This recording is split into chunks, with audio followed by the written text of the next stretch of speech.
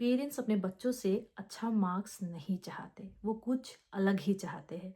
आपको ये सुन के अटपटा लगा है ना? मुझे भी ऐसा ही लगा था जब मैंने इस चीज़ को पहली बार समझा था। जब मैं टीचर थी, एकेडमिक मैनेजर थी और अब जब मैं यूके में बच्चों के साथ काम करती हूँ, मुझे एवरी टाइम ये चीज़ महसूस होता है कि पेरेंट्स बच्चों के साथ कुछ अलग ही चाहते हैं, लेकिन वो उसे बोल नहीं पाते। वो उस चीज़ को ज़ाहिर नहीं कर पाते क्योंकि उनमें शब्दों की कमी हो जाती है। उनके सारे सवाल एक ही चीज़ दर्शाते हैं और अगर हम इसके डेप्थ में जाए तो वो मार्क्स के लिए कभी नहीं होता। हर एक पेरेंट्स टीचर मीट में पेरेंट्स का एक ही सवाल होता है, मेरा बच्चा मैथ्स में इम्प्रूव कैसे कर सकता है? वो पहले 95 लाता था, अब वो 75 लाता है। क्या उस पे कोई कमी है? और आप मेरे बच्चे के लिए क्या एक्स्ट्रा क्लासेस रिकमेंड करते हो? जब मैं पहले इन सारे क्वेश्चन सुनती थी पेरेंट्स से, मैं सरफेस लेवल में उन्हें आंसर देती थी। उन्हें मैं बोलती थी कि ज़्यादा से ज़्यादा प्रैक्टिस करें, ज़्यादा से ज़्यादा रिविज़न करें और ये पता करें कि वो वीक किस पॉइंट पे है और उस चीज़ को पॉलिश करें। और ये सारे हो गए करिकुलम और मार्क रिलेटेड आंसर। लेकिन मैं मीटिंग के बाद जब उसी रूम पे अकेले बैठकर खुद के साथ ये सवाल करने लगी कि सारे पेरेंट्स आखिर एक ही तरीके से सोचते क्यों हैं, उनको मार्क्स की इतनी ज़्यादा फिक्र क्यों रहती है, तब मुझे ये पता चला कि उनका कंसर्न मार्क को लेके नहीं है, उनका कंसर्न कुछ अलग ही है। Parents in actual wants to ask, is my kid okay? क्या मेरा बच्चा सही है? आजकल वो हमसे ज़्यादा बात नहीं करता, क्या वो नॉर्मल है? वो ज़्यादा अपने फ़ोन पे या अपने फ्रेंड्स के साथ रहना चाहता है, क्या वो सही डायरेक्शन में है? पेरेंट्स अपने बच्चों के लिए बहुत ज़्यादा कंसर्न है, लेकिन उन्हें एक राइट क्वेश्चन मिल नहीं रहा। उनको एक सही शब्द नहीं मिल रहा जो वो ज़ाहिर कर सके। आपको पता है ये क्यों हो रहा है?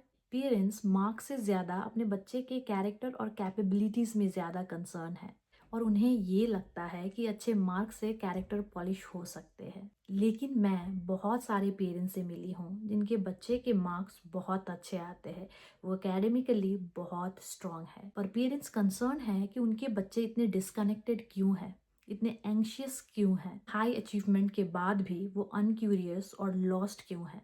और ये ना कोई ऐप सॉल्व कर सकता है, ना कोई कैरिकुलम मेजर कर सकता है और ना कोई स्कूल इसकी रिस्पॉन्सिबिलिटी ले सकती है। और जो भी ये सिस्टम बना सकेगा जो बच्चों के कैरेक्टर और कैपेबिलिटी को एनहेंस कर पाएगा, वो एक्चुअल में एजुकेशन है। और हम ये एजुकेशन और लर्निंग के बीच के गैप को कैसे मिटा सकते हैं? इसको हम मिटा सकते हैं बच्चों के साथ बातें करके। जी हाँ, क्योंकि स्कूल्स इसे मेजर नहीं करती, रिपोर्ट कार्ड्स इसे रिफ्लेक्ट नहीं करती और यही कारण है कि सिस्टम हमें एक साइकोलॉजिकल पैरामीटर में रखती है और हम बस उसी घेरे के अंतर्गत ही सवाल कर पाते हैं। और इसीलिए पेरेंट्स वही सवाल करती है जो सिस्टम उन्हें दिखाती है कि हम बस इतना ही आंसर दे सकते हैं, but that is not the thing. Education और कैरेक्टर साथ डेवलप होता है और इसके लिए हमें प्रॉपर फ्रेमवर्क और लर्निंग डिजाइन चाहिए। उन्हें समझ के, उनमें क्यूरियोसिटी जगा के, सही डायरेक्शन से गाइड करके उन्हें ये सिखाया जा सकता है।